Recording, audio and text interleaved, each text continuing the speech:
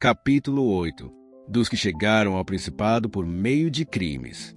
Mas, porque pode se tornar príncipe ainda por dois modos que não podem ser atribuídos totalmente à fortuna ou à virtude, não me parece acertado pô-los de parte, ainda que de um deles se possa mais amplamente cogitar em falando das repúblicas. Estes são: ou quando por qualquer meio criminoso nefário se ascende ao principado, ou quando o cidadão privado torna-se príncipe de sua pátria pelo favor de seus concidadãos. E, falando do primeiro modo, apontarei dois exemplos, um antigo e outro atual, sem entrar, contudo, no mérito desta parte, pois penso seja suficiente a quem de tal necessitar apenas imitá-los. Agátocle Siciliano, não só de privada, mas também de ínfima e abjeta condição, tornou-se rei de Siracusa. Filho de um oleiro, teve sempre, no decorrer de sua juventude, vida acelerada. Todavia, acompanhou seus atos delituosos de tanto vigor de ânimo e de corpo que, tendo ingressado na milícia, em razão de atos de maldade, chegou a ser pretor de Siracusa.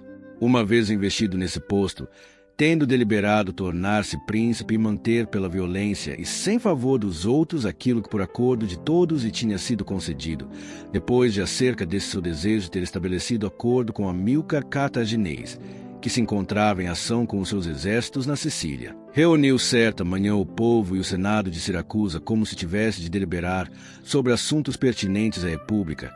A um sinal combinado, fez que seus soldados matassem todos os senadores e os mais ricos da cidade. Mortos estes, ocupou e manteve o principado daquela cidade sem qualquer controvérsia civil. E, se bem por duas vezes os cartagineses tivessem com ele rompido e estabelecido assédio, não só pode defender a sua cidade como ainda, tendo deixado parte de sua gente na defesa contra o cerco, com o restante assaltou a África e em breve tempo libertou Siracusa do sítio, levando os cartagineses à extrema dificuldade. Tiveram de com ele estabelecer acordo e contentar-se com as possessões da África, deixando a Sicília para Agátocle. Quem considere, pois, as ações e a vida desse príncipe, não encontrará coisa, ou pouco achará, que possa atribuir à fortuna. Suas ações resultaram, como acima se disse, não do favor de alguém, mas de sua ascensão na milícia, obtida com 1000 aborrecimentos e perigos, que lhe permitiu alcançar o principado e, depois, mantê-lo com tantas decisões corajosas e arriscadas. Não se pode, ainda, chamar virtude matar os seus concidadãos, trair os amigos, ser sem fé, sem piedade, sem religião. Tais modos podem fazer conquistar poder, mas não glória. Ademais, se considerar a virtude de Agátocle no entrar e no sair dos perigos, a grandeza de seu ânimo no suportar e superar as adversidades, não se achará porque deva ser ele julgado inferior a qualquer dos mais excelentes capitães. Contudo, sua exacerbada crueldade e desumanidade, com infinitas perversidades, não permitem seja ele celebrado entre os homens mais ilustres. Não se pode, assim, atribuir à fortuna ou à virtude aquilo que sem uma e outra foi por ele conseguido. Nos nossos tempos, reinando Alexandre VI, Oliveroto de Fermo, tendo anos antes ficado órfão de pai, foi criado por um tio materno de nome Giovanni Fogliani. Nos primeiros anos de sua juventude, foi encaminhado à vida militar sob o comando de Paulo Vitelli, a fim de que, tomado daquela disciplina, atingisse algum excelente posto da milícia. Morto Paulo, militou sob Viteluso, irmão daquele, e em muito pouco tempo, por ser engenhoso, de físico e ânimo fortes, tornou-se primeiro homem de sua milícia. Mas, parecendo-lhe coisa serviu estar sob as ordens de outrem, com a ajuda de algum cidadão de Fermo, aos quais era mais cara a servidão que a liberdade de sua pátria, e com favor de Viteluso, pensou ocupar Fermo. E escreveu a Giovanni Fogliani dizendo que, por ter estado muitos anos fora de casa, desejava ir visitá-lo e à sua cidade conhecer o seu patrimônio. Como não tinha trabalhado senão para conquistar honras, para que seus concidadãos vissem como não tinha gasto o tempo em vão, queria chegar com pompa e acompanhado de 100 cavalos de amigos e servidores seus. Pedia-lhe, pois, se serviço ordenar fosse ele recebido pelo cidadão de Fermo com todas as honras, o que não somente o dignificaria, mas também a Fogliani, dado haver sido seu discípulo. Não deixou Giovanni de despender esforços em favor de seu sobrinho, tendo feito com que os moradores de Fermo recebessem com honrarias, alojou em suas casas. Aí, passados alguns dias e pronto para ordenar secretamente aquilo que era necessário à sua futura perfídia, Oliverotto promoveu soleníssimo banquete para o qual convidou Giovanni Fogliani e todos os principais homens de Fermo. Consumadas que foram as iguarias após todos os demais entretenimentos usuais em semelhantes ocasiões, Oliverotto, com habilidade, abordou certos assuntos graves, falando da grandeza do Papa Alexandre, de seu filho César e dos empreendimentos dos mesmos.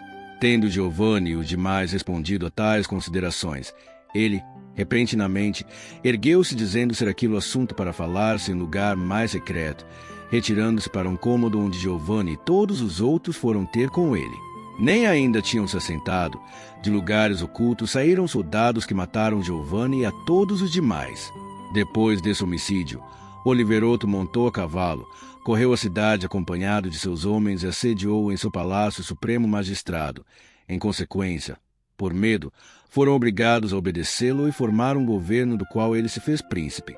E, mortos todos aqueles que, por descontentes, poderiam ofendê-lo, fortaleceu-se com novas ordens civis militares de forma que, no período de um ano em que reteve o principado, não somente esteve forte na cidade de Fermo, como também se tornou causa de pavor para todas as populações vizinhas.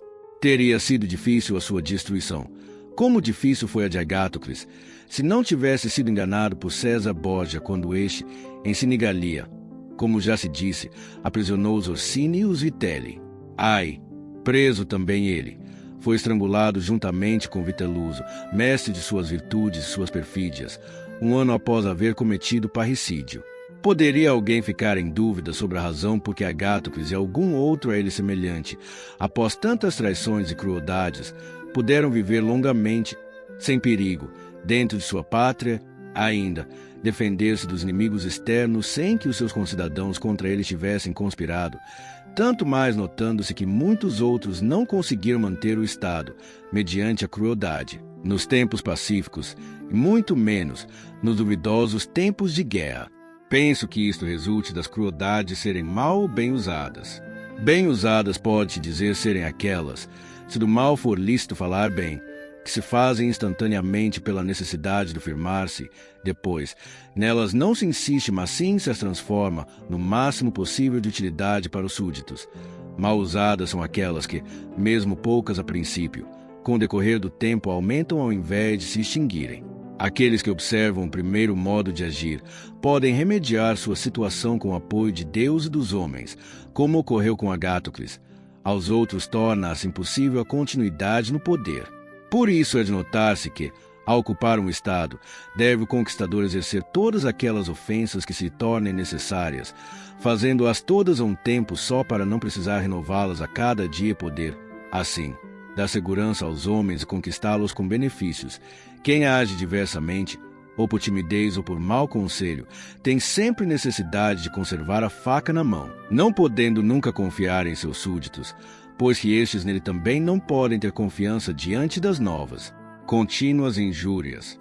Portanto, as ofensas devem ser feitas todas de uma só vez, a fim de que, pouco degustadas, ofendam menos, ao passo que os benefícios devem ser feitos aos poucos, para que sejam melhor apreciados. Acima de tudo, um príncipe deve viver com seus súditos de modo que nenhum acidente, bom ou mau, o faça variar, porque, surgindo pelos tempos adversos a necessidade, não estarás em tempo de fazer o mal, e o bem que tu fizeres não te será útil, eis que, julgado forçado, não trará gratidão.